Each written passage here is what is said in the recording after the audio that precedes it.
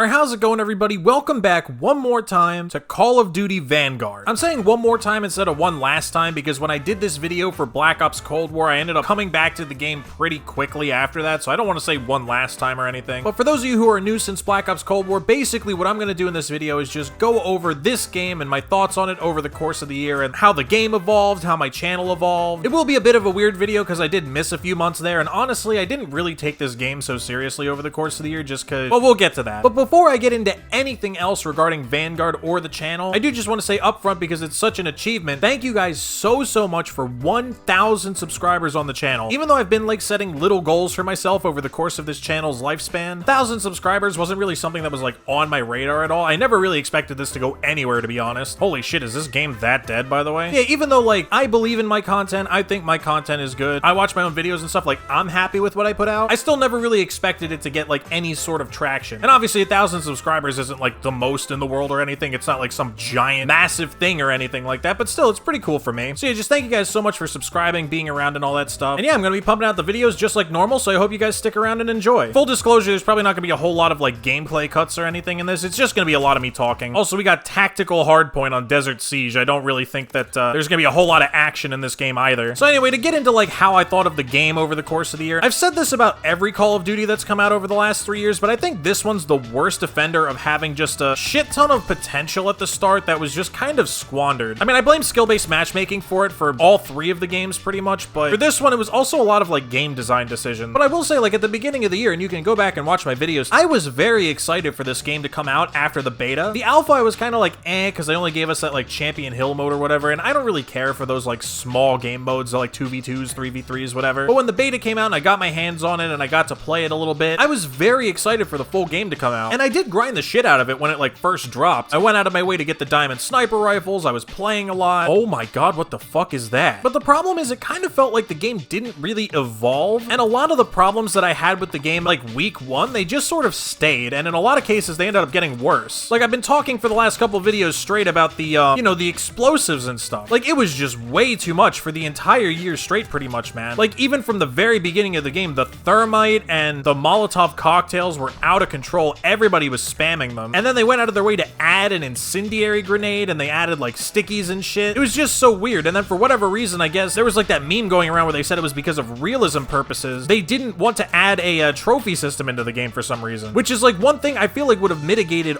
almost all of that problem. What the fuck just happened, by the way? But yeah, I feel like a trophy system would have just fixed the vast majority of the issues regarding the explosives anyway. But one of the big things that also exacerbated the explosives problem was just the scale of a lot of the games being played, because this game introduced the idea of combat pacing, which I will admit, towards the beginning I was actually really excited about this prospect. The idea was that the combat pacing was supposed to sort of, you know, help players like me that were sort of annoyed by just the general campy, slow tactical nature that the last couple games had had. Obviously, Black Ops Cold War was a huge improvement over Modern Warfare 2019, but even then it was still slower than what you would typically expect from a Call of Duty game. So the idea that we could literally pick our pace, like, hey, you know, if you like the pacing of, let's say, Shipment or Nuketown, and you were like sitting in those 24/7 playlists all the time just to get some more action, well then just go play some Blitz, my friend. And that's pretty much what I did, and like I said, I was very excited about it, but we pretty quickly discovered that they didn't necessarily balance the game for the different pacings. They sort of were just throwing more and more players on the map. And when you played Blitz, you ran into things like the spawns being jacked up, explosives and thermite spam, case in point. And at least to me, there were a lot of points where it almost felt like the game was balanced in 6v6, and then they just started throwing more and more players into the maps just in an attempt to get people to move. And it kind of felt like they were just sort of sticking a band-aid over a giant problem that was being created by other shit, and the band-aid was only sort of like hiding it, you know? Because I've said it a million times, the pacing issues in these games, they're caused by the minimap, the skill-based matchmaking, dead silence. There's a million things all combining to create this problem. It's not just one thing, but for whatever reason, they don't want to fix it. So you had this main crux of like gameplay issues combined with the fact that the community was sort of sour on this game from like minute 1. In part, I think because of like the setting. I know a lot of people really weren't down with the whole World War II thing. They were already sick of like Black Ops Cold War being historic, sort of. So going all the way back to World War II was just not high on a lot of people's agendas. It felt like this game was abandoned for Warzone pretty quickly, and even then that started to sour on people as well. And I don't know if that was a factor in it, or if it was just because the game was so rushed, or like Sledgehammer just didn't have the help that they needed to work on it, but there are bugs that have been in this game from the minute it came out that still exist right now. The menu bug is another great example. If you switch tabs tabs and try and select the menu too fast, it's just gonna start queuing for you. Like, this has been in the game from the instant that it came out, and it has yet to be fixed. Now, to be fair to Sledgehammer, they've done a great job fixing some other things that have been very wrong with the game from the instant it dropped, but I don't know, it's just a year into the life cycle of a AAA game, I'd expect it to be more polished, you know? Now, while we're on the topic of, like, release and shit, another thing that killed my personal interest in this game was zombies. The zombies on release and for the first, like, 8 months of this game's life cycle was absolutely atrocious. I have no idea what they were thinking. I understand they were trying something new, but the fact that they doubled down and committed to it rather than going back to round-based after that first map was received so horribly, it just blows my mind. Like, I don't know what demographic they thought might be buying into this shit. Now, I did watch a really great YouTube video, and I apologize, I forget the zombies YouTuber's name, so I can't, like, name drop him or anything. I'll see if I can find it. Maybe I'll throw it in the description. But basically, they pointed out that it's entirely possible that Activision just doesn't give a flying fuck about zombies. Not that Treyarch or Sledgehammer don't, but they were essentially saying that zombies really isn't on, like, Activision's radar so much because zombies players aren't a huge financial demographic. Because zombies players, I guess, like, tend not to buy battle passes since the majority of what's in them is usually targeted at Warzone and multiplayer, so they're not, like, buying into shit. So they're not buying stuff, which means that they're not, like, a source of income, so Activision, being the, you know, money and numbers-centric company that it is, doesn't really want to spend resources on something that's not really going to pay off. I'd like to believe that that's only, like, half true, but I mean, I honestly, at this point, would not put it past Activision whatsoever. So yeah, like I said, that's another thing that,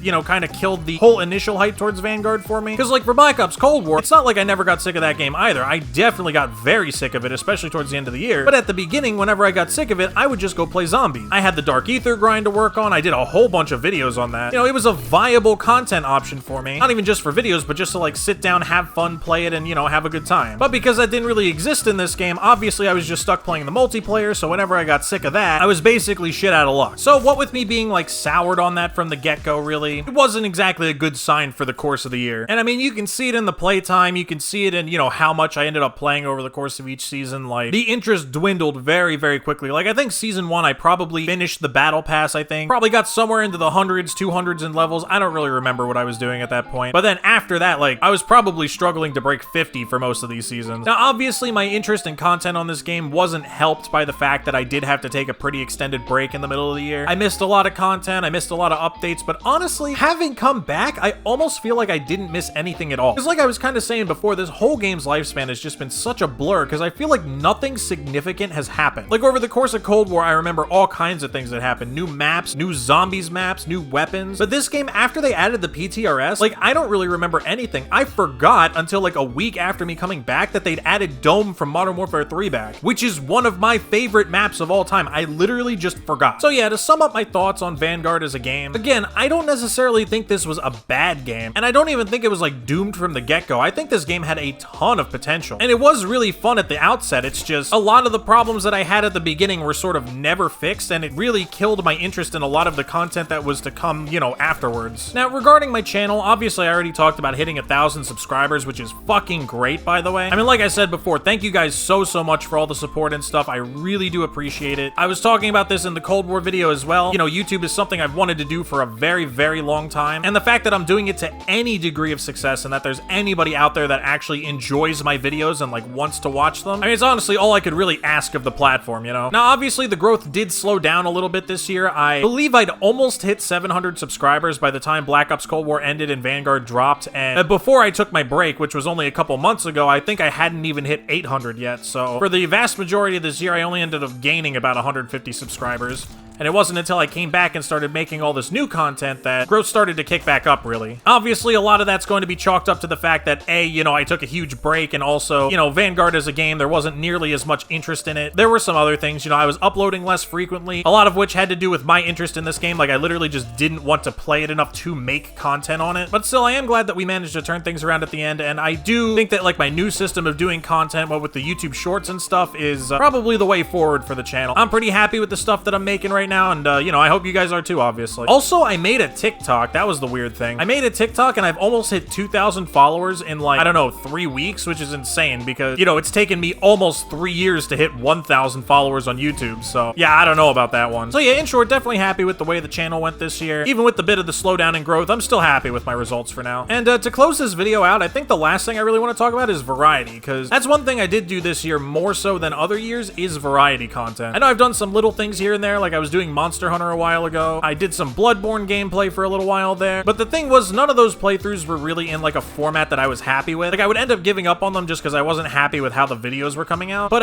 Elden Ring, I feel like I actually had a pretty big breakthrough with that. I know a few of those videos did very well, and I am kind of happy with like how a lot of them turned out. I think I'm happy with like the format and the way I was recording them. I was having fun, obviously, which is the important thing. So yeah, I'm definitely looking forward to doing that for more games. The only reason I ended up stopping that Elden Ring playthrough was, you know, because I had no idea how long my break was going to be. I ended up just finishing the game on my own because I figured by the time I was back, nobody was really going to care anymore, you know? I mean, I've only got one video out so far at the time of me recording this. I have another one recorded, I just haven't, like, edited it yet. But the Overwatch stuff actually seems like it might do well. The one TikTok I made on it seemed to do very well, and there were a lot of, like, very supportive comments on it. I was actually really surprised. Usually when, like, you know, somebody who's a noob tries to make a video like that, people tend not to react so positively. But a lot of the comments were actually very supportive and were, like, encouraging me to do, you know, more videos like it. So yeah, that's definitely another thing that's on the top of the to-do list for the next year.